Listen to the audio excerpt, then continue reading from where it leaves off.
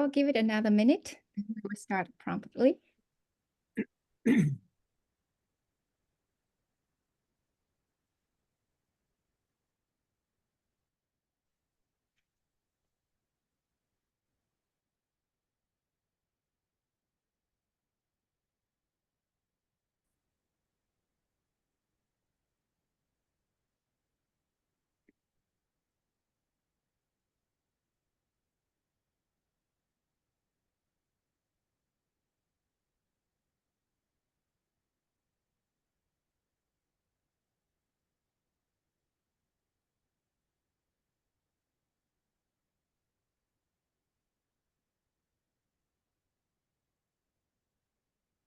Great.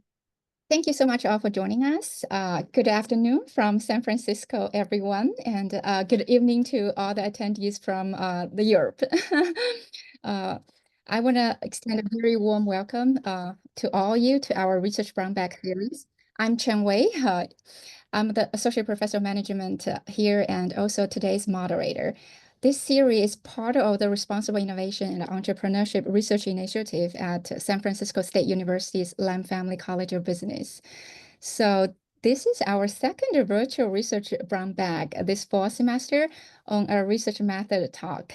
The session will be recorded and uploaded to our YouTube channel. Feel free to subscribe our channel. I will share the link via the chat later. As today's moderator, I will be monitoring the chat for your questions and comments throughout the presentation and keeping us on schedule.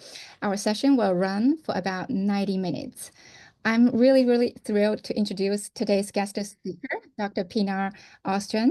Dr. Pinar Ozcan is a professor of entrepreneurship and innovation at Saïd Business School, Oxford University. She's also the academic director of the Oxford Entrepreneurship Centre and Oxford Future of Finance and Technology fintech initiative. She specialized in strategy, entrepreneurship, and the technology markets.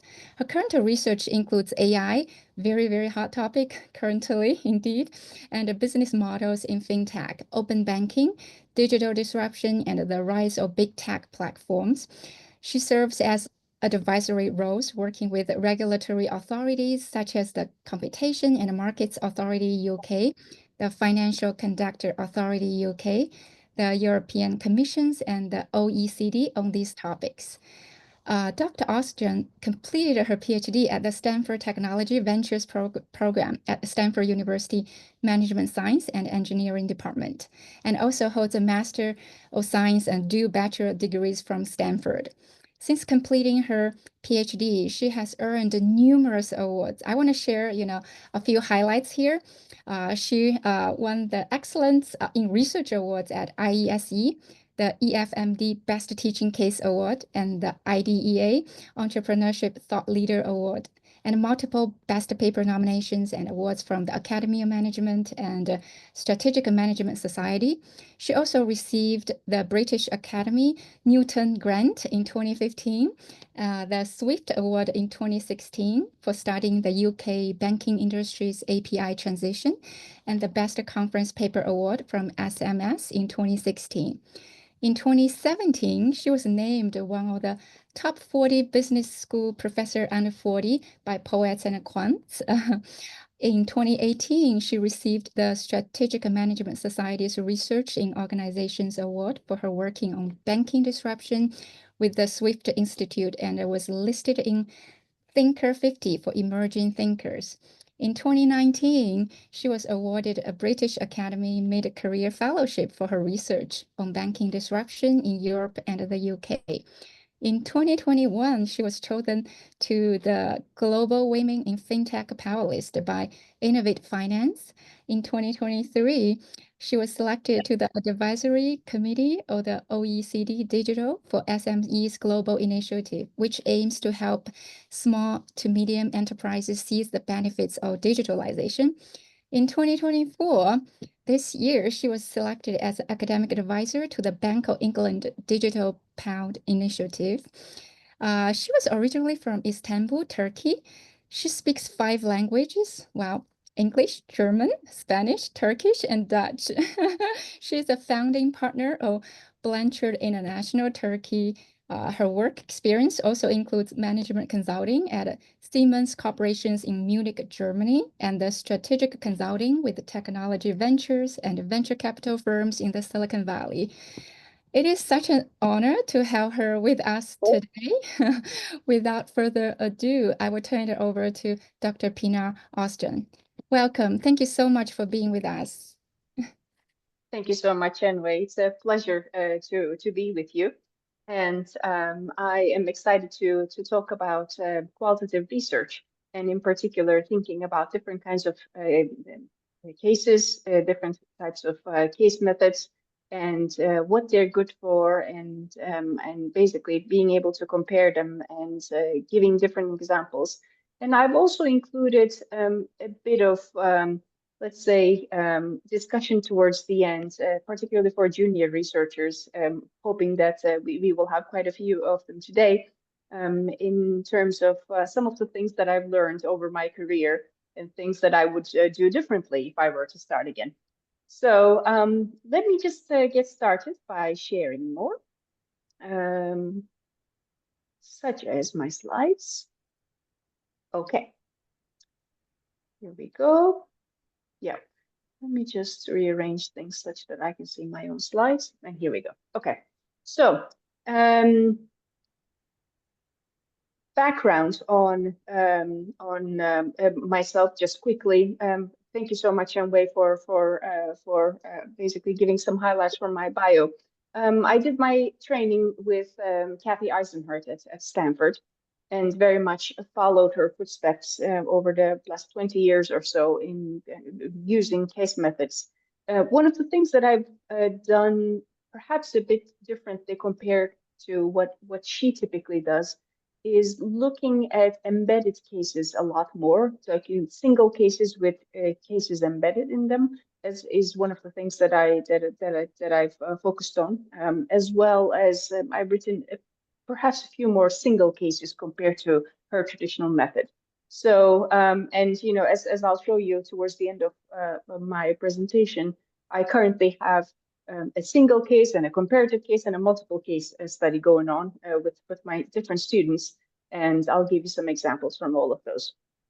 So qualitative research, and feel free to ask questions as I go along. I don't mean this as a monologue in any way, and I very much would like to get kind of questions and challenges that you experience, and you know, just say, hold on, you know, how do you do this, or why doesn't it work any other way, etc.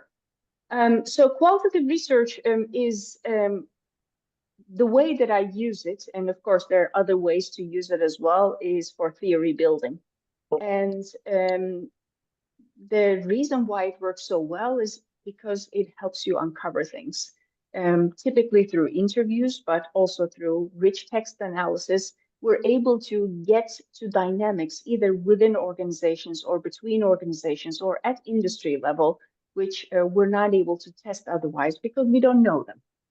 And the critics, and over the years, I've heard them all through my many rejections in many journals, would call this kind of random storytelling, perhaps, or they would call this an unscientific approach to research.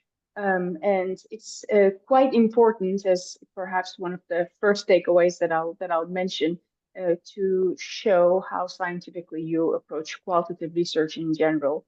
And I have to say, luckily, with case research, this is a bit easier, perhaps, compared to other methods. And particularly when you have multiple cases or a comparative case study, in a sense, the more cases you have, the more opportunities do you have to show kind of especially the way that you compared and contrasted your cases. With single cases, sometimes it tends to be a bit more difficult to publish, and we can get to that as we go through it.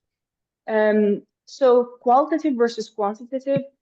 Qualitative is really good for answering the what happened and how it happened, uncovering what happened. So, for example, later on, I'll give you examples of why mobile payments didn't emerge for 15 years, whereas technology-wise, everything was fine and they were expected to be used by consumers.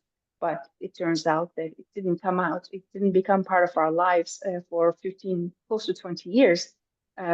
What happened is a question that I was able to answer through my study, and how things happen. So if you observe something in the world, a company is very successful, a company is very innovative, or something is supposed to happen, but it's struggling, is not happening. It's actually wonderful to be able to use qualitative methods to be able to understand the how. So the how question is typically also something that we are very good at as qualitative researchers. And it's almost it's something that is very unnatural at the beginning, and it really takes a lot of practice. And for that, I really believe in the apprentice method, which is something that I use also now with my own students. And the way that I got trained is I was Melissa Graebner's apprentice. I helped her with her dissertation. I was part of the interviews. I coded for her. And then when it was my time to write the thesis and graduate, Emily Cox, who's Emily Cox Pankey by now, who's at University of Washington, was my apprentice. And so being able to see how it's done and kind of the struggles of it is actually quite important, as it's something that you only get better at by doing, which is perhaps a bit more so compared to quantitative studies. So case studies, what do they do?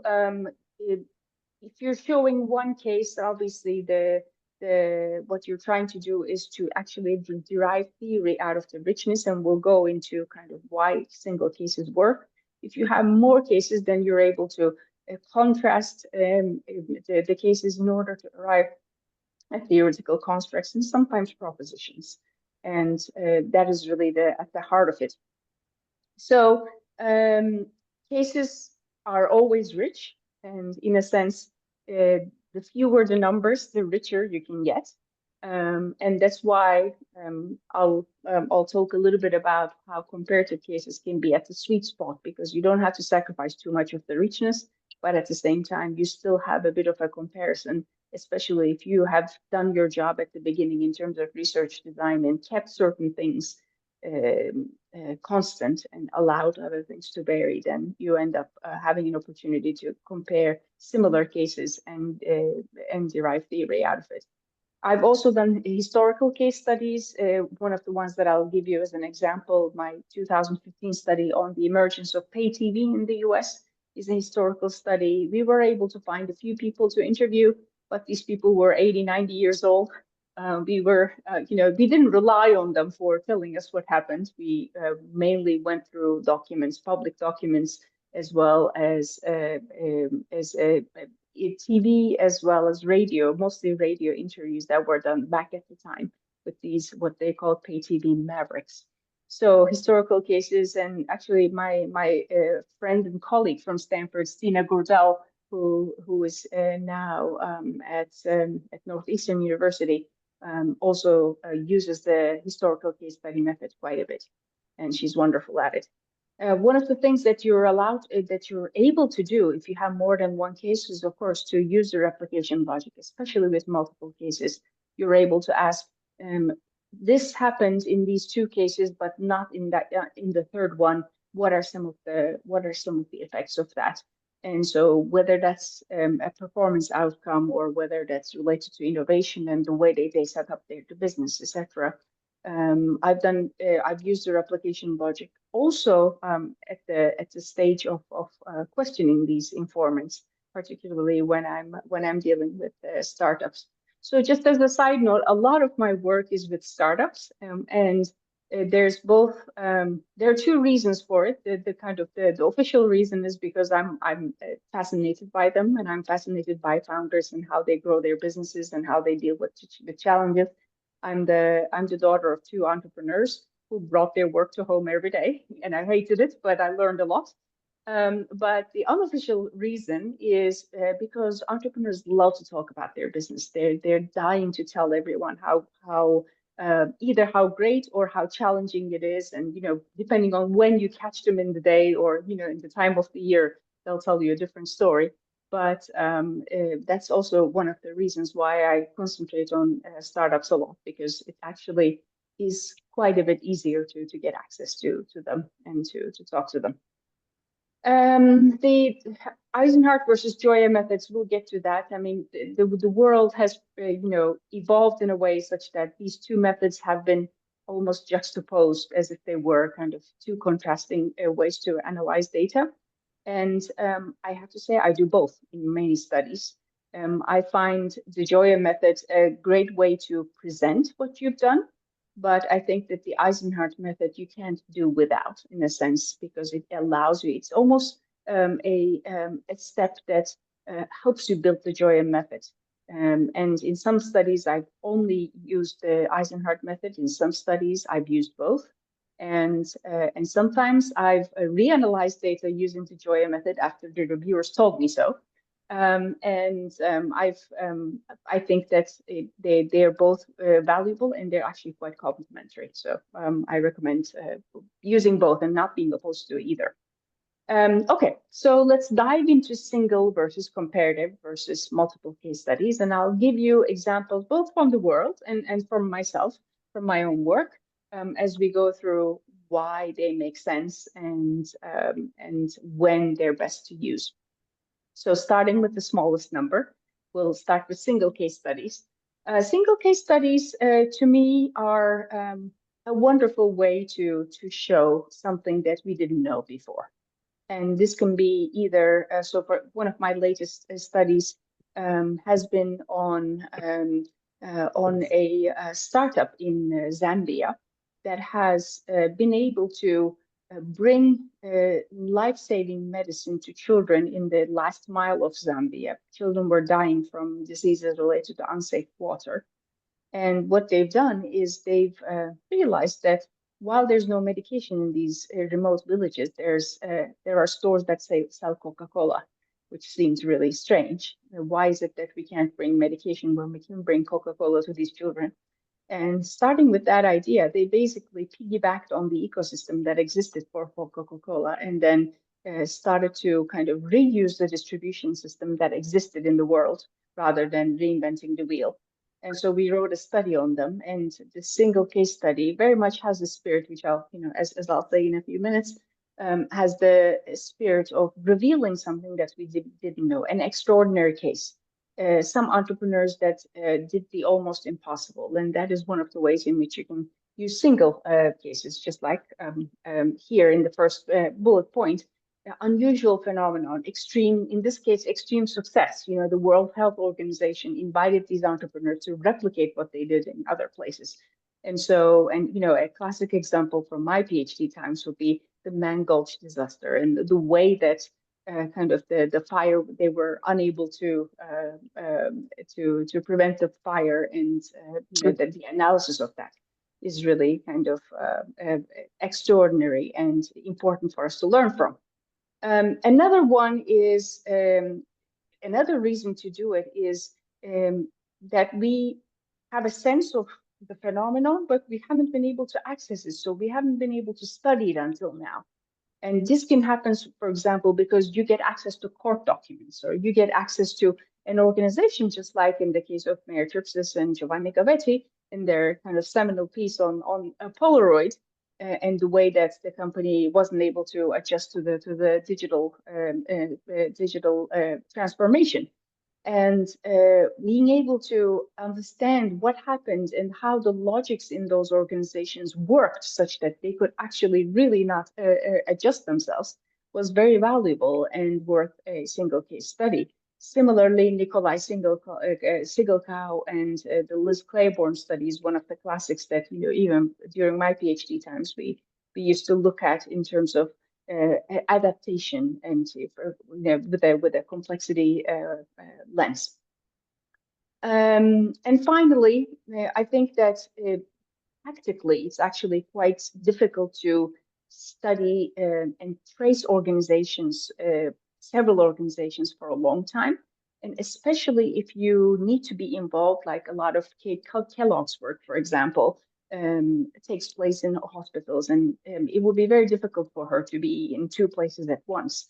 and to really be able to understand and contrast and compare. So if you need to immerse yourself in the study, then typically a single case is a good way to do it. And one of the ones that is actually a great example here is the study by Clark Joya and co-authors about how the organizational identity evolved after merger, which you can only understand by being there and tracing almost every day what happened and how this evolution took place. So a lot of studies that are about evolution have to be qualitative studies, and single case usually makes sense because evolution requires a lot of first-hand attention. Although there are studies that look at how different companies evolve based on that same initial response or based on the same threat, and even I have some of these. So yes, these are some of the typical reasons for writing a case study, a single case study.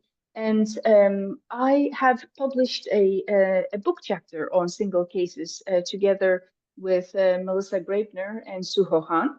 And I would recommend, if you're interested in that chapter, which is on my website, which is pinarozcan.com, actually has a lot of practical information about not just about single case studies, but about qualitative research in terms of how to approach informants, what to say such that they will respond, what not to say, and how to keep them interested, and interview length, etc. So we went into a lot of practical details in case you're wondering about that.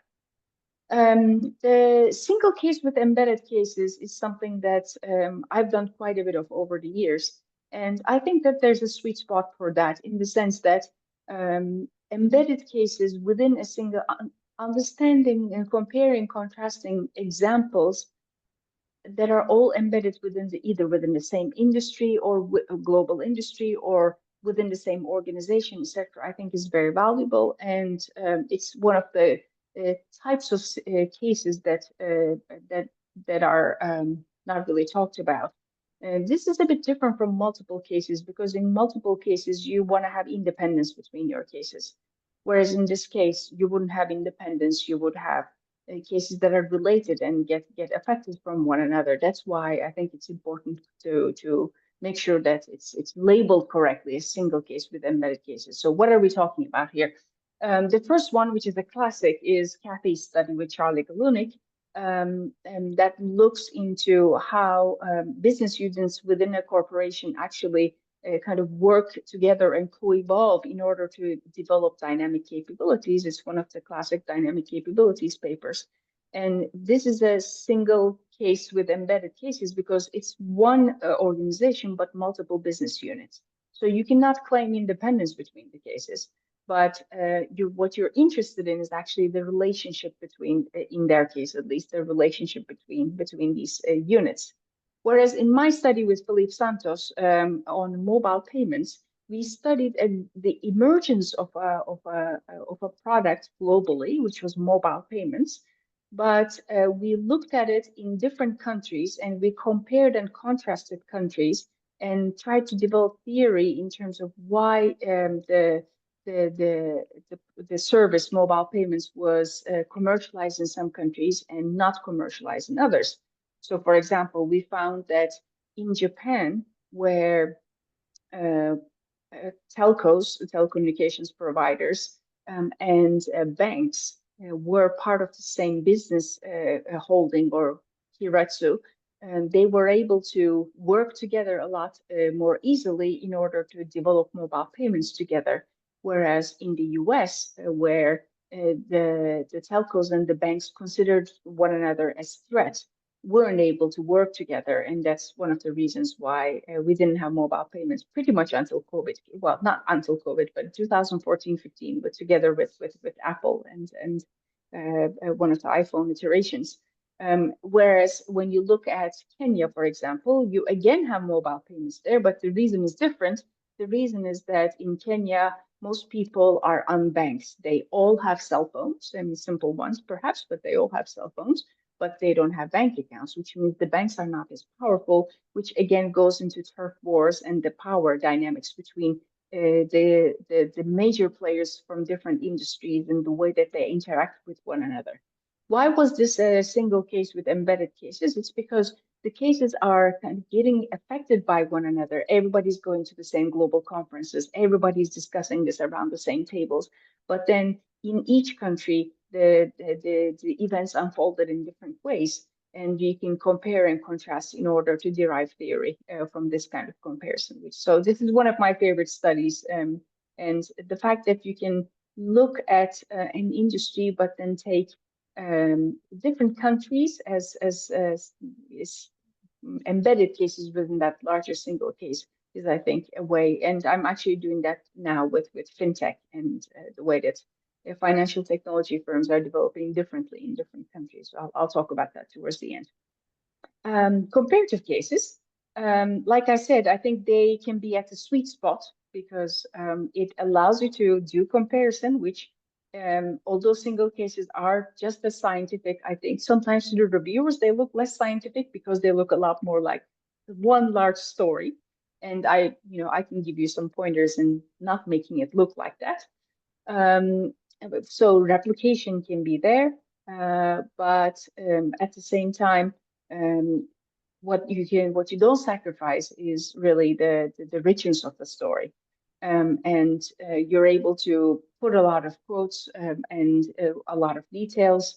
One of the struggles, though, is to make sure that you don't put details that you don't find in the other case. So, like sometimes you can get carried away. And one of the things that I always cut, when I see drafts from my students is, why is this here? This is great if you're telling just that story, but in a comparative case, you can't just tell, anything that you want on either case. You have to only keep things that you can compare, which is sometimes a struggle because you really get into a storytelling mode, although you need to really get into a comparing mode in a sense, right? So one of the classics, again, one of my favorites here, we have Neil Narindo and Suresh Kotha, who looked into the way that Yahoo and Excite, and by now, of course, these are ancient organizations, how they co-evolved and over the years. So they were able to compare and contrast by keeping certain things constant. And in my own work, one of my favorites is the way that I looked at the entrepreneurs who wanted to bring pay TV into the United States. This is in the early kind of 40s and 50s. And one of the things that I've seen is that while entrepreneurs that were advocating over-the-air pay TV, meaning just like regular TV signals, you receive over-the-air signals, and then you have a decoder that actually kind of decodes the whole thing. But you don't have to wire, you don't have to bring wires into the house. They actually lost the battle to wired pay TV. And the reason for that was because wired pay TV entrepreneurs actually initially positioned themselves as, oh, we're going to bring TV to remote places that you cannot reach with over-the-air signals. So we're going to bring wire to those remote villages and kind of mountainous places. And that's how we're going to bring TV to everyone. And it was almost like a democracy kind of movement. They created a social movement out of it. Whereas in the end, what they wanted to do was really kind of let people pay for premium TV channels. But that initial complementary positioning to incumbents by saying, oh, we're going to wire such that everybody can reach TV was really the deciding factor. And that's why the incumbents didn't resist them. And that's how they got into the market. And that story shows us how two different types of entrepreneurs selling, in a sense, the same product, which is pay TV, ended up being more or less successful based on their strategy, although one of them had a huge cost advantage. Over the air had a huge cost advantage, but in the end, that didn't matter because of the way that they positioned the product. All right, so last one, multiple case studies. Multiple case studies are one of the hardest ones to do. And it's because it's a lot of work. And and I have to say, every time I do a multiple case study, the part of data analysis is perhaps the hardest. It's because there's so many variables that you could compare. There's so many stories that you could tell. It's not easy to figure out which stories you're going to tell and how to even divide them among papers.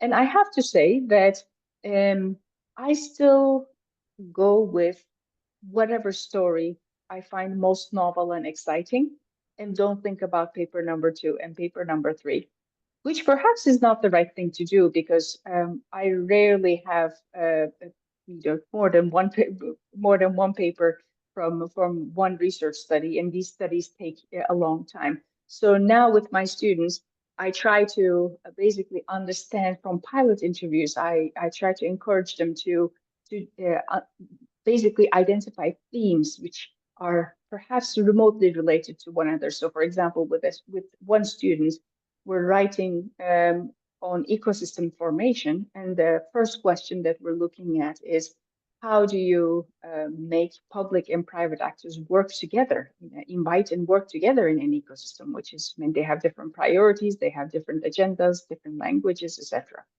And so that's one question. And then the second question is related, but not exactly the same. It's about how to handle, in a sense, failures as you develop an ecosystem. And understanding these themes and then putting them out there as from the beginning is very important because otherwise you end up doing what I typically do, which is kind of write the most exciting, most interesting one, and then perhaps using all of your material on that one, and then not have enough for the rest. Because once you publish something and it's, especially if it's good and people start to read, publishing the second one becomes a lot more difficult because people do understand that it's the same. Even in the review process, people say, oh, how does this compare to so and so's study, etc. And then you end up having a novelty problem that this is actually not new. Okay, stopping to babble now. Why do we do multiple case studies? We want to triangulate patterns of similarity and difference. So certain things need to be similar among the cases such that we can derive theory out of them. And certain things need to be different among the cases such that we can derive theory out of that. And it's that comparison that actually builds the theory. And the choice of cases is therefore very important. What are you going to keep constant? Is it going to be firm size, firm industry? Is it going to be, that they worked with the same partner? Is it going to be that they developed exactly the same product, or they got the same grants, they were part of the same accelerator, etc. So you need to from the beginning decide what to keep constant, and then decide which dependent variables, in quantitative terms, dependent variables are interesting to let vary. And then you're going to look into theory based on that. My rule of thumb is a minimum of 4 cases, because you want to make sure that you have enough cases to keep similar versus, and so you could have pairs of 2, like 2 of them did the same thing, the other 2 didn't. It's usually good to have more than one firm that varies from the rest, right? If you have 7 cases and then 6 of them did one thing and then 1 of them did something else, it's actually difficult to convince reviewers that that's the thing that really mattered, right? It could be a fluke. And therefore, and one of the things that's also interesting then is how many cases that you end up with, because I never end up with the cases that I started with. There's always cases that drop. And the reason for that is that some of them, once you decide what you're going to, what's your dynamic of interest, you're gonna realize that some of your cases are either really poor on it, like you don't know enough, because in the real world, not all your cases have the same richness, because some people stop responding, and then you have to talk to someone else, but that person actually doesn't know the same things that the other person did. So I'm like, the world is not perfect, and so sometimes you have to drop cases because they don't carry the information. But of course, you never drop cases because they contradict your theory. You cannot do that. And keeping all the cases versus not is something that you decide as you analyze the data. And typically having enough cases such that you can show variance and similarity in a rich way, but not having too many cases. So once you're going towards tens, I would say that's probably too much, because you shouldn't be looking into 3-4 different things in one paper, and you don't need 10 cases to show variance among two, 3 different types of things that you're looking at. So the sweet spot is probably somewhere between 4 and 8, and I typically go for 6 or so. Sometimes I start with 7, sometimes I start with 8, and then I end up with 6. So that's more or less the kind of the range in which I play. So some examples here. One of my favorites, the one that I helped with actually in my PhD, is looking at acquisitions, but with a different lens.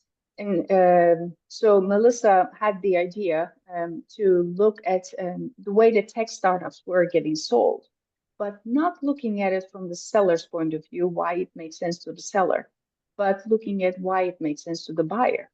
And so this is something that I think is worth mentioning. I think what makes a great paper, especially in terms of theoretical contribution, is and this is coming from an esteemed colleague at Oxford, Tom Lawrence. So the way that he describes it, which I'll tell you to the extent that I can, he says you can either look at a new phenomenon and develop theory out of that with a lens that you know, or you can look at a phenomenon that we thought we understood, but with a new lens. So in a sense, you can either find a new, imagine that you have a magnifier, right? You can either discover a new flower and put your regular magnifier on it, or you can go to a rose and you can put a purple magnifier on it. And both of them are different ways of arriving at novelty. And both of them are very valuable. But if you have neither, then you have a problem. Is your phenomenon novel? Yes or no? Are you using a novel lens to look at a well understood or a phenomenon that we thought we understood well? So in the case of Melissa and Kathy, what they did was they looked at a well understood phenomenon, which was acquisitions. And then they said, well, nobody has looked at the perspective of the buyers. Why are they selling? Are they selling for the best money? It turns out they're not selling based on best money. And so they discovered that there were a lot more factors involved, and really helped build theory out of why acquisitions happen, especially in the tech world. One of the studies that is my favorite from my own portfolio is the way that advertising firms responded to social media. So there, what we saw was that advertising firms understood technology in a certain way. So, for example, when TV came along, and we're talking companies that are hundreds of years old, right? When TV came along, they adjusted to that. They were doing radio before, then they did TV, and then the internet came along and they adjusted to that. But when social media came along, it was suddenly a very different beast. It was a different flower. And the reason for that was because social media was the first time that there was interaction with the consumer. And that interaction with the consumer was what sold. And what that meant was that these firms really didn't understand the logic of this new of this new platform, this new technology, and that really affected the way that they work with social media firms. And so, in a sense, we discovered a new kind of flower there, which we put a light on, and looked at how advertising firms adjust their ecosystem based on new technology. Okay, so I'm almost at the end of kind of talking about case studies, and then I'll say just a few things about kind of my career so far, and what I would recommend and what I would not recommend, and then I'll open to questions. And I doubt that will take 90 minutes, but I'm happy to stay. Some of my current work, I want to start with perhaps the comparative case to tell you. So I spent my sabbatical at the University of Sydney a few years ago, and together with David Oliver, who since then has moved to Monash, we looked at car sharing platforms, but we realized that there were different business models. So car sharing is when you go borrow someone else's car, typically. So it's not ride sharing where where somebody drives you, you get the car. But you can either get someone else's car, which is peer-to-peer car sharing, or you can get a company's car like Zipcar, right? Both are viable models. And we looked at how the two different business models competed for the same resources within the same city, and are building theory on what matters. And it turns out that the way that you deal with regulators really matters. And kind of the ones that needed the regulators more ended up building the first relationships and ended up kind of being kind of the winners of that competition. Another one, and sorry about the typo, that's a single case, as you can imagine. One of the single cases that we're working on is how a large US firm was able to build a platform in addition to their many product software businesses. And this is actually a single success case because typically we know that incumbents are not good at introducing and launching platforms, but this particular one was.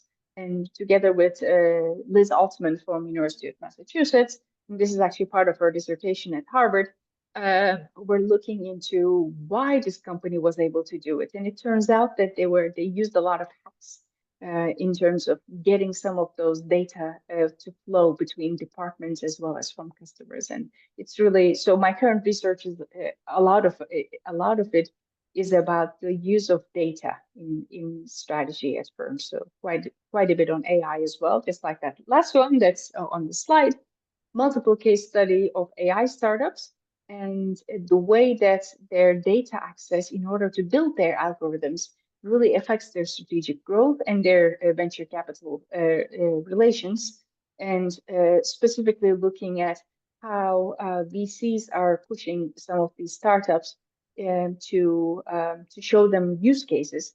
But conversely, the first use case that they can show really ends up being the most important one in terms of training their algorithm. And once the algorithm is trained, you're actually you're specialized in that particular subsector, for example, and it's very difficult to move to other sectors. So we identified a kind of a little trap that a lot of these AI startups fall into, and we're hoping to bring that to light now. So that's in a sense a new phenomenon, just using Tom Lawrence's metaphor again. It's a new flower that we're looking at, AI startups, and the way that data is so important in determining their strategic growth and their ability to stay flexible between different sectors. So that's kind of what I am doing currently, having lots of fun with that. And perhaps just to finish off, just a few kind of broader reflections on things that either have happened to me over the years or that I've done and that I think were either a good idea or perhaps not a good idea.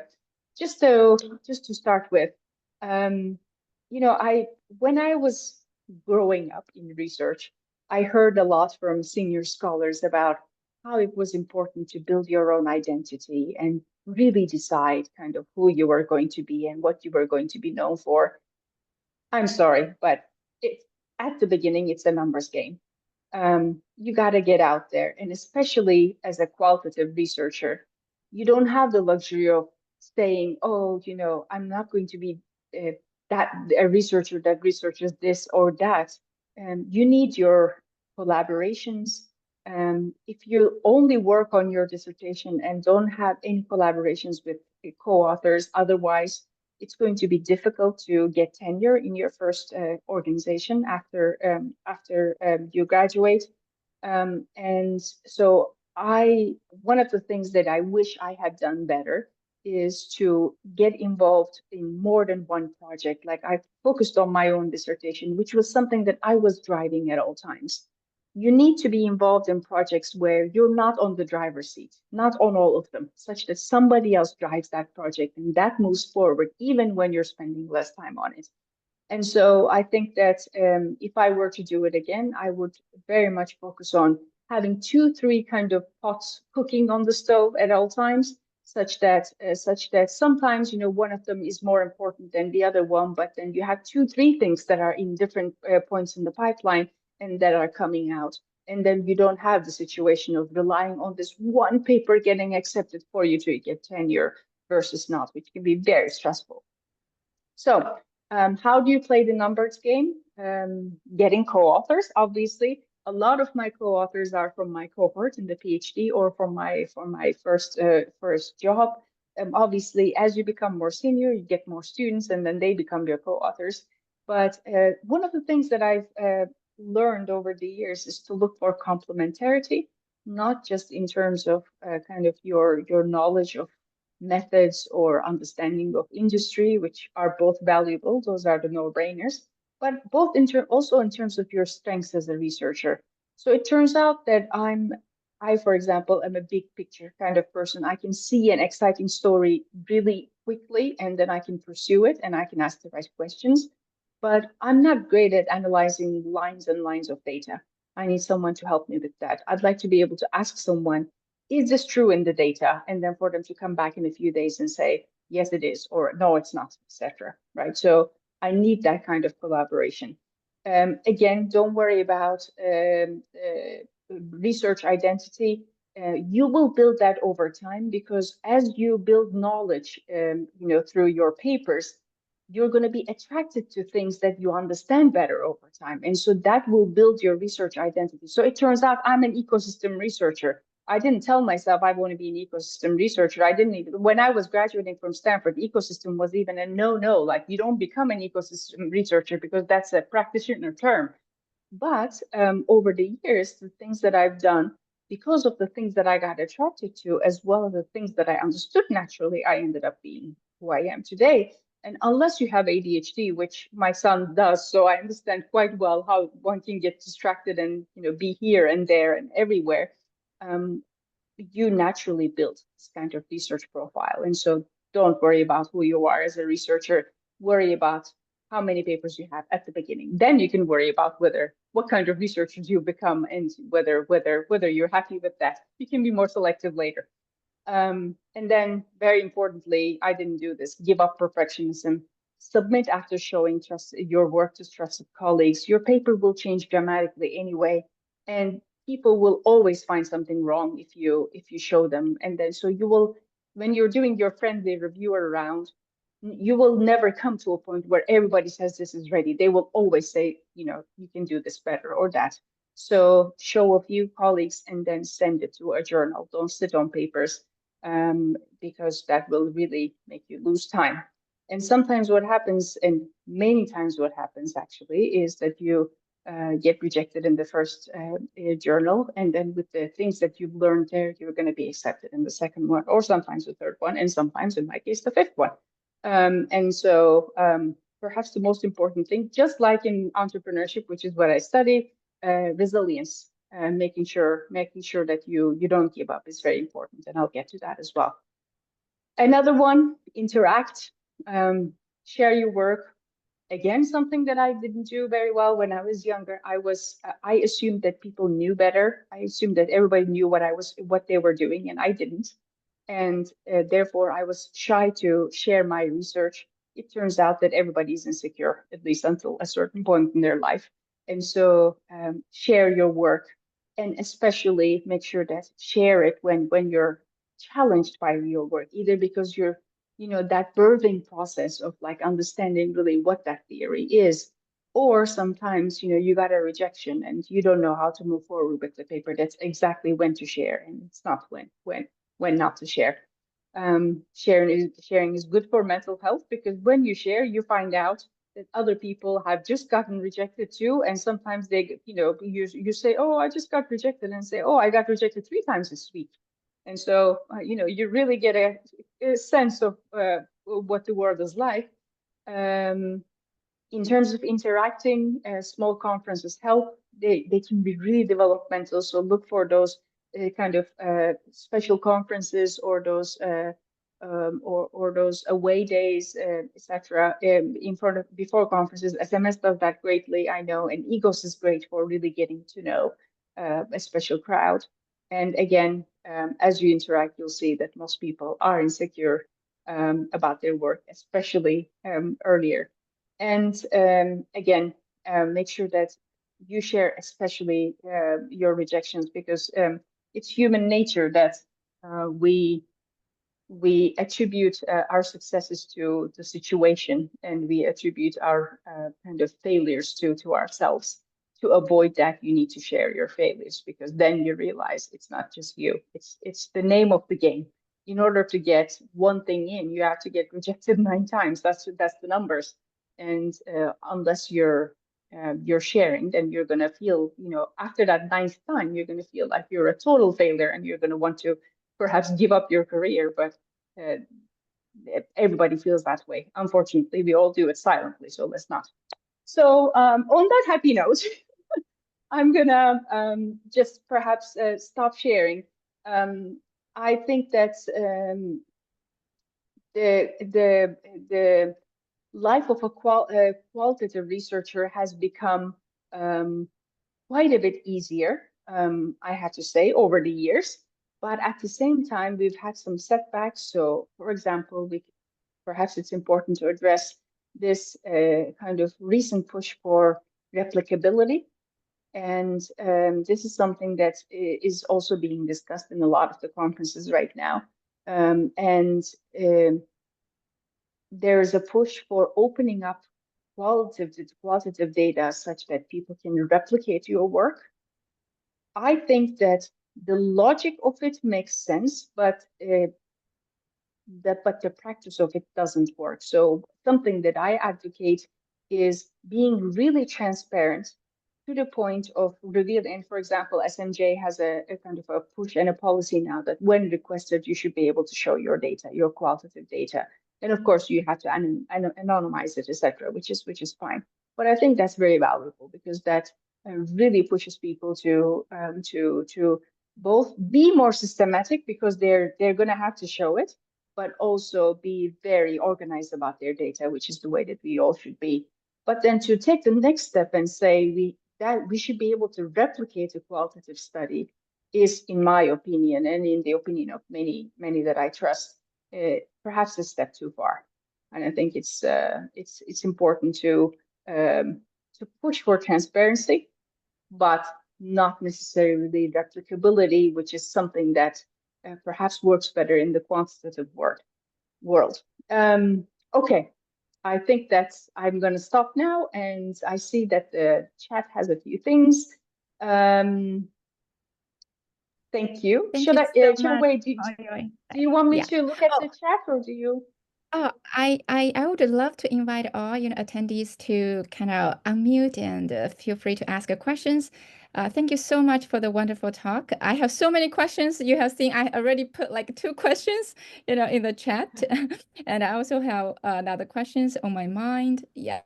So raise your hands. Yeah. Oh, actually, I can start. Please do. Yeah. Yeah, given your expertise in case study research, would you be interested in exploring, responsible innovation through this approach? Because the responsible innovation and entrepreneurship seems like it to be an emerging new research area. Yeah. Okay. So I think that some of the dynamics in responsible innovation are quite interesting, and I'm starting to look at that a little bit. And in a sense, some of those dynamics may resemble the way that social mission organizations perhaps struggle between their social mission and the pressures for profitability. So there are quite a few parallels in kind of the kinds of dynamics that are being felt there. So I think the short answer is yes, and I think that perhaps seeing it as an entirely new field is not what I would do, because there are so many parallels to some of the things that we understand. But yeah, I'd love to hear more. I'm starting to look, for example, I'm starting to look into how fintechs use technology, for-profit fintechs use technology in order to build new products, but at the same time, they face this kind of tension of whether their consumers actually understand what's going on, particularly when it comes to AI, and when they don't understand, is it responsible to use AI, right? So very interesting area. I think we have two questions. Mohammed? Yeah, thank you so much for the presentation. Very insightful. So I'm a PhD candidate at the Technical University of Munich, and I have a few questions, actually, mostly methodological, because that's where I struggle a little, actually a lot, because I come from a quantitative background. So I tend to be very strict with the logic. So I was wondering, when you say that when you're designing the multiple case studies and you're saying that the cases should be similar or dissimilar on certain things, I was wondering how broad and how narrow the similarity should be, because I had the impression that they have to be quite similar in certain things, but then when discussing, different people have different interpretation of similarity or dissimilarity. So I was wondering, how do you go about deciding at what level do you want them to be similar or not similar? Yeah, I think that's a great question, Mohammed. And I would say that one of the rules of thumb to have is to ask yourself, basically at a theoretical level, what would matter when it comes to the phenomenon that you're interested in? So, for example, if you have any sense that culture might, national culture might matter, make sure that unless you're studying culture itself, then make sure that you pick organizations that are kind of coming from the same country. If you feel that the age of the organization matters or might affect, if we were using quantitative language, if you were in a quantitative study to control the age of an organization, then in a qual study, make sure that organizations are all of similar ages. If you don't want age to be a factor, right? So there are certain things that you will keep constant between them if you feel that that variable will matter. And then sometimes it's actually more difficult to find what varies between them and why that might be, especially if you're building theory. How will you know why that variance came about?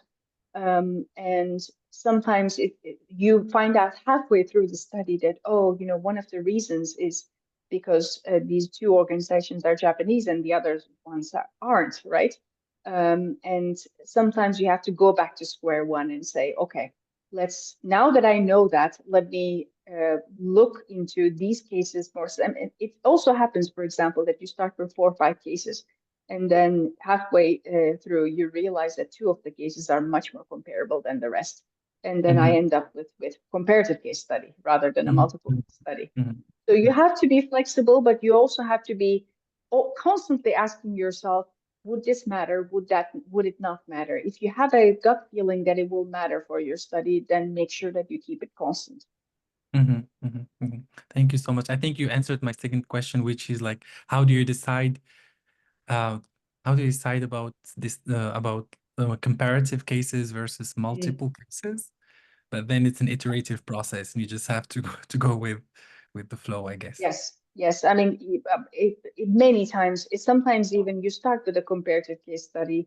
You think that you're going to compare 2 cases, but then either one of them falls through because you lose access, and then you end up with a single case, or just as you're studying one, another one comes through because your contact tells you about this other great organization in the same country. Then you end up with a comparative. So I think that being flexible and kind of being practical makes a lot of sense. But if you're going from single to comparative, you have to have enough variance between them for it to be meaningful, because having 2 cases that confirm the same thing isn't meaningful in the end. Then you'd rather have a single case that has a lot more richness. Thank you, Mohammed. Sorry. So would you say it's better to start from single cases and move to comparatives than to multiple cases, or to start ambitious from bigger, many cases and then narrow down? I think the single cases are perhaps the hardest to publish, just because of some of the existing reviewer biases against them. So when in doubt, I would start with more cases.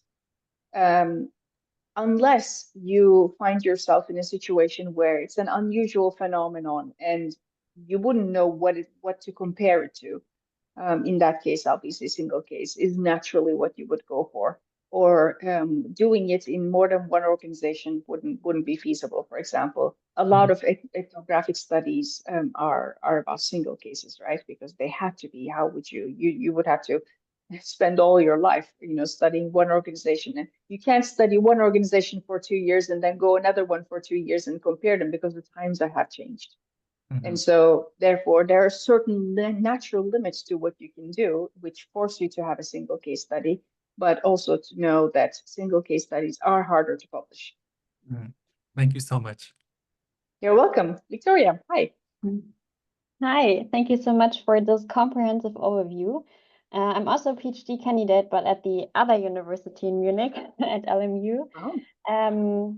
And my question somehow builds on then from Mohammed. So in case now we have selected some interesting cases, I've been wondering about the data collection, because we're always talking about, okay, you need a rich data set that is still navigatable and that we can analyze it. So I was wondering if you have any best practices on like what kind of information or data sources you usually use for your case studies. And I also have the sense that now with like multiple information that's available throughout the internet. So for example, if you study entrepreneurs, you can like also listen to podcasts and interviews and like all these archival data that is out there. So I've been wondering if there are like any particular data collection methods that you also find useful, and like how to start. Yeah, exactly. So I think that combining your interview data with archival data is extremely important. And archival data is particularly important before you start interviewing people, because you need to understand the organization to a certain extent in order to ask the right questions. And then throughout the study, it's also, so for one of the things that I'm fascinated with, especially when we're talking about the way that organizations position themselves in an industry, is to look at their websites and their communications over the years. And you can do that either through Nexus, or you can do that through Wayback Machines. So one of the things I'm fascinated with in that car sharing study, for example, is to go back years and then to look at the way that they positioned themselves in the same market. So and actually now through AI, we haven't talked about the use of AI in research, but through AI, you're actually able to identify a lot more resources that talk about kind of your companies of interest or your phenomena of interest. So I think it's both important, and it's interesting and necessary for us to think about the archival side of it, even before the interviews, and then after the interviews again, to complement what you have. And with AI, it's a lot easier to identify more resources that we weren't aware of. And how would you say, how is like, for example, archival information? So for example, if you conduct interviews and also do observations, how is this archival data usually flowing then into data analysis and also into the findings? So a lot of times archival data will give you some of the facts that perhaps you didn't get to in your interviews. So for example, you asked a certain set of questions, but then you find out through archival research that something happened in the organization around that time. And that actually helps you understand the kind of and interpret the interview data better. At the same time, I think it's you can use archival data to make sure that you find support for some of the things that you discover through your interviews. So you can say, for example, through interviews, I discovered that the partnership between these firms didn't continue that well. And it turns out that in, say, 2010, the two firms announced that they weren't going to work together anymore. So I use a lot of facts from archival research as evidence for some of the things that I'm uncovering. Also, just to make sure that you show to reviewers, it's not just what you've heard. The story that the world sees, even if they don't have your information, it still makes sense. It still holds. I think it's important to show that. Cool. Thank you so much. You're welcome. All right. I think we have Kaan. Thank you very much for the valuable insights and inspirations, Hocam. This is Kaan from Sabancı Business School. I'm at the second year. So I'm also very active in the startup ecosystem in Turkey via angel networks.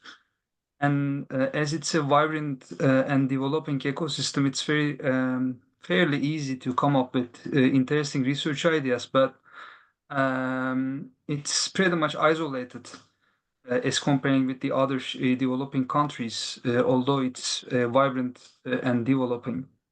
So on one hand, it's possible to come up with longitudinal data, and it's fairly easy to maybe come up with some novel research projects over that, as most of the companies are developing nowadays. But this isolation maybe poses another problem in terms of generalizability. So would you recommend working on such data, or going with maybe in other developed countries data pertaining to startups? That's a great question. And I completely understand your dilemma. So one of the things, generalizability, we didn't talk about it very much, but I think it's something that comes up in every single review process. And asking what is generalizable as you conduct a study is very important. And I would say that by now we know enough about developing countries that some of the phenomena that you observe in Turkey you should be able to generalize. But asking what would be generalizable and what wouldn't be generalizable is something to ask from the beginning. So, for example, it could be that in a developing country, investor relationships work in a different way. And particularly, there could be some biases towards certain types of entrepreneurial projects, certain types of founders. And to the extent that you find that those are generalizable, which you can do to a certain extent from a literature review, right? Being able to look at literature to understand what you can compare this to and what not is really important. In my own work, when so for example, one of our works let me think which one to give an example of. Okay, the one about the US accounting firm launching a platform in addition to its product businesses. One of the questions that we got from the reviewers was about generalizability. And then we said, okay, we're going to generalize based on different dynamics that we see, but to different levels. So we said, okay, the types of interdepartmental competition and frictions that we observe are probably generalizable to every single large organization, because that is organized such that products become departments. Then we said, okay, the types of customer relationship frictions that this company experienced when they launched a platform are generalizable to every single organization that exchanges data with its customers. It doesn't have to be a large organization, etc. So I think that generalizing already from the beginning, but based on some of the things that you know about other countries is quite important. But I would highly, highly encourage taking advantage of the ecosystem that's in Turkey in order to understand it. And I do realize that it's more difficult to publish, but being very good in explaining generalizability from the beginning before the reviewers ask is one of the tricks. I can say the same thing about laying out the different steps that you followed in your methodology section. When you're submitting the paper for the first time, make sure you address kind of the scientific method that you used, as well as how you approach generalizability before the reviewers ask. If you would like to show me your work and get ideas about generalizability, as being from Turkey, I don't work with Turkish companies because I'm in Oxford, but I'd love to have a look and try to help you. Thank you very much. You're welcome. Is it Marcelia? Yes. Yeah, my first name is Okay. Marceli. Okay. Great. Yeah, so thank you for the presentation. I have two follow-up questions. I'm also a PhD candidate, so I think your last part about the career advice was very helpful, especially about thinking about identity. So I'm at the stage preparing for my dissertation proposal, so it's also very relevant. I wanted to ask about thinking about kind of being involved in other projects in which I'm not the one in the driving seat. So does it, like, would you still recommend that it has some similarity or some relevance to my dissertation, in a sense that maybe the phenomenon or the theory should still be somewhat similar? Or I can focus on, because I want to be more of a qualitative researcher, so I can also think this is a good opportunity to do qualitative research, even if, let's say, maybe I'm more in entrepreneurship literature and phenomenon, but the project is, let's say, on occupations or expertise. So that's the kind of where I'm trying to think about where to put my time as well. And my second question is about the transparency and sort of sharing more data, qualitative data. So can you give some examples? For example, do we share maybe like field notes as well, maybe during like review process? Or if it's ethnography, like really, our handwritten notes or like photos even. And I know the interview transcripts, we will like put pseudonyms, but what about, for example, like historical archives? Do we sort of maybe make sure that we have it in a kind of a in cloud, so that maybe all of that is available, at least for the editors? Maybe I'm just trying to sort of understand what's the scope that we should think about in the near future. Yeah, exactly. So the way that I do it is that in the first submission, I have extended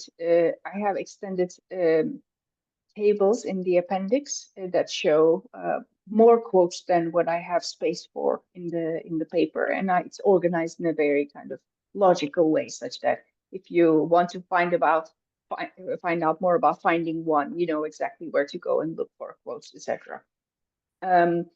I typically don't share notes in the original submission, and I think that it's probably easier to share some of the transcribed documents, because then you can easily anonymize them, and now these days AI can help you anonymize them. And to the extent, because a lot of times we also deal with some of the things in almost all my studies, anonymity of the informants is very important. And so we have a responsibility towards our informants to preserve their anonymity, which means that documents that would reveal who they are should not be shared. And that's something that editors have to be sensitive towards.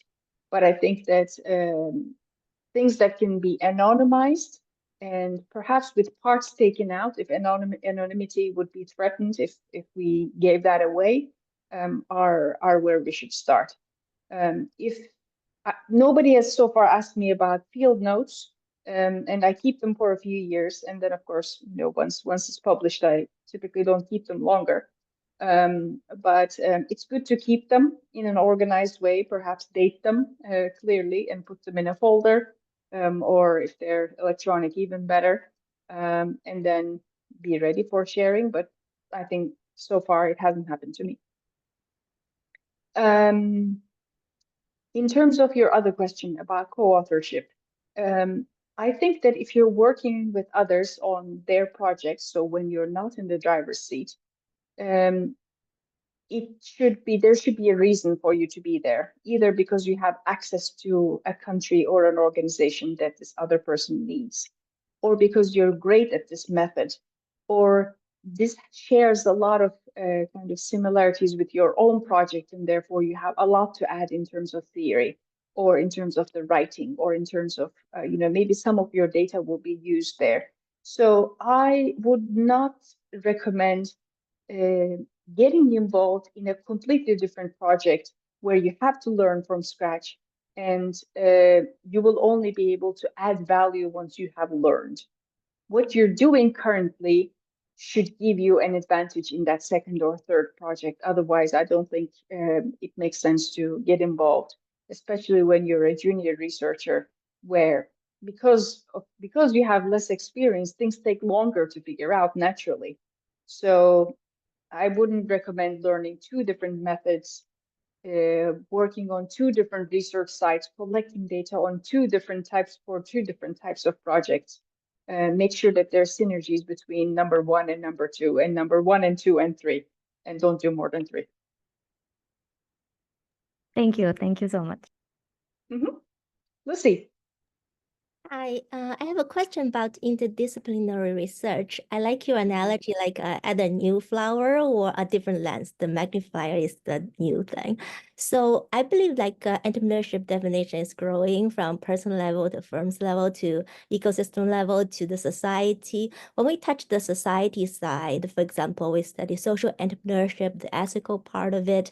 There are some social theories. So people from different disciplines, for example, they used to use a different, like in your analogy, is a different lens, different magnifier. They look at the same flower, but they're just not management scholars. But they have already studied this for decades, for example.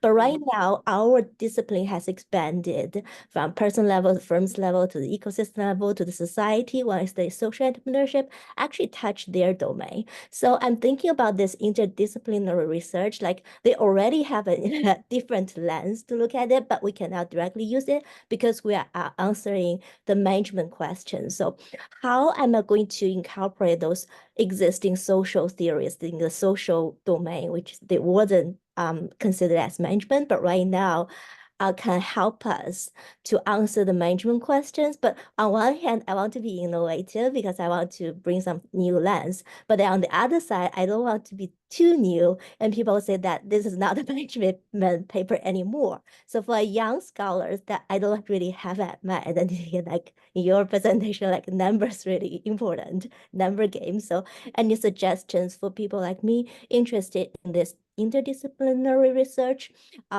interested in social theories, want to be innovative, have a new lens, but don't want to be too innovative. People say that this is not a management paper anymore. That's a great question, Lucy. And in fact, I think that providing a bridge between different disciplines is one of the great things we can do. And in a sense, going with that analogy of looking at a different flower versus having a different lens, perhaps sometimes you put one lens from our kind of discipline and one lens from the other discipline. The two of them together are a new lens. They, by themselves, they're not new lenses, but together they provide a new lens. And I think that as long as the phenomenon that you're looking at, that flower, let's say, is of interest to management scholars would like to read about it, then you should bring a new lens. And sometimes not bringing the new lens is actually the irresponsible thing to do, because somebody else has worked on it. Like, that could be economics, that could be sociology, that could be philosophy. Like, sometimes with my AI research, I talk to philosophers, and the way they think about what is the meaning of being human, etc. So it could be any lens, and to the extent that that discipline has looked at a similar phenomenon which can enlighten what we're looking for here, you should absolutely bring it. One of the places where that happened to me is my 2015 paper on mobile payments. It turns out that what we were trying to understand at an industry level, behavioral economists had studied at an individual level.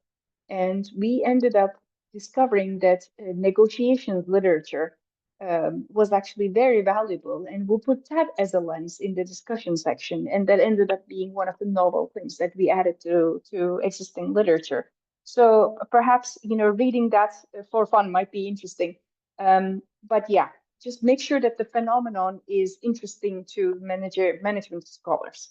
That's the way to publish in management journals, not using management theories only. That's I think that, as you say, it's limiting and it's not fair.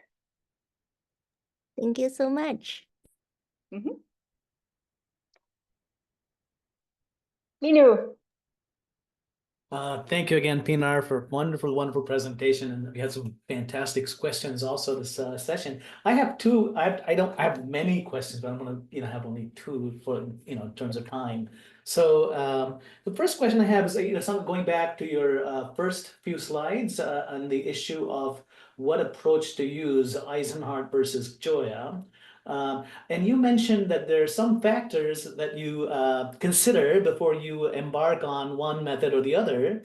And could you talk a little bit about what those factors might be before you embark on one or the other first? That's question one. Second one is a little bit with something you mentioned already, is the use of AI, and I wanted to get into like what is going on in qualitative research that's cutting edge, which is AI, and they're using AI. So recently I was, I haven't manually coded for some time, but I went to NVivo, and then now you can, they use AI a lot, and then you can code a certain number, a certain percentage, and then you expand the codes, and there's so much going on. So my second question is more technological, is what are you seeing that's going on that's cutting edge, and where do you think it's going in qualitative research in the future, of how we can perhaps use AI and use the advantages that AI provide us, specifically because, I mean, if you really look at it, large language models are for language, which is what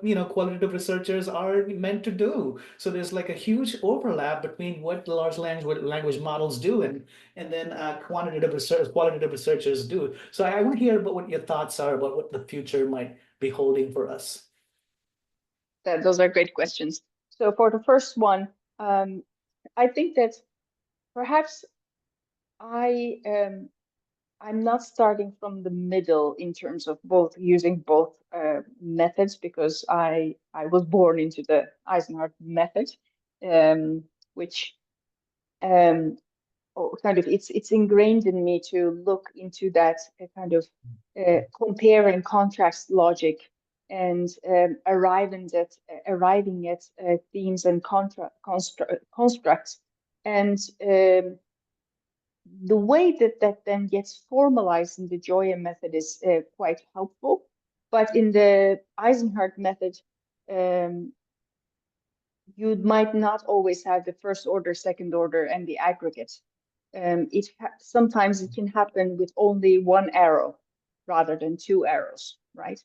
And so I don't know if my answer is generalizable, but I start with the Eisenhardt method, and then as I formalize, I look a bit more into whether if I were to follow the Joya method, whether that adds and gives me things that I might have missed. That's why I think they're complementary in a sense. I've never used just the Joya method without the Eisenhardt method, if you know what I mean. For AI, I think that it's, in a sense, as qualitative researchers, I feel quite lucky in the face of AI, in the sense that the kinds of dynamics and tacit knowledge that we get from our interviewees. So no robot can interview like me. I know that. And they're not going to be able to interview someone as long as the person knows it's a robot. You know, that's just not going to be okay for a long while still. And therefore, I feel that as qualitative researchers, we are perhaps finally on the lucky side that you may be able to tell a bot to replicate a study and give them the data set and then get something that is even publishable. They may even be able to write the paper for you. Whether that paper is good or not, you know, that's going to change over the years. But for those of us who do field studies, I think that we are going to be irreplaceable for a long time still, which is wonderful. However, at the same time, I think that AI can be a great tool for us, especially for the tedious part of our work, which is being, coding every single line, interpreting every single line. I think that when we know our settings so well that we can understand when AI codes well versus not, when we can tell when AI is hallucinating, then it actually is very valuable. However, I would caution against using AI only as a junior researcher to code, because if you don't know your data, you won't understand whether your findings make sense or not. And I recently, I play a lot with Notebook LLM these days. So I feed it some of my non-confidential interviews or some interviews that I found on the internet on the company that I'm studying. So it's public information, and I feed it in, and then I ask kind of AI questions like, bring me quotes from this, bring me quotes from that. Half of them are good, half of them are not. And so we're at that stage now. Of course, with time it will get better, and it should get better. But I think that using AI for coding is something that we should do with caution still. Well, thank you also for that comment. Yeah, thanks a lot, Pinar. Wonderful answer to both those questions. Thank you. Thank you so much, Minu. Thank you so much all for joining us. And thank you so much for the wonderful talk, Dr. Ozcan. To be honest, I'm an OB, organizational behavior scholar. And, in our field, we constantly kind of emphasize theoretical frameworks relying on like management theories to explain our story. But I found your talk like incredibly enlightening, kind of opened my eyes about like different approaches for studying especially new and emerging phenomena. Thank you. Excellent. I'm so glad. And thank you so much for the great questions and for joining. I know that it's even later in Germany and other parts of the world. So thank you so much. I really appreciate it. Thank you. Take care. Thank you, Pinar. Thank you. Have Thank a you, good everybody. day or night, everyone. Everyone. Yeah. Thank you so much. Have a great night. Bye. Thank you.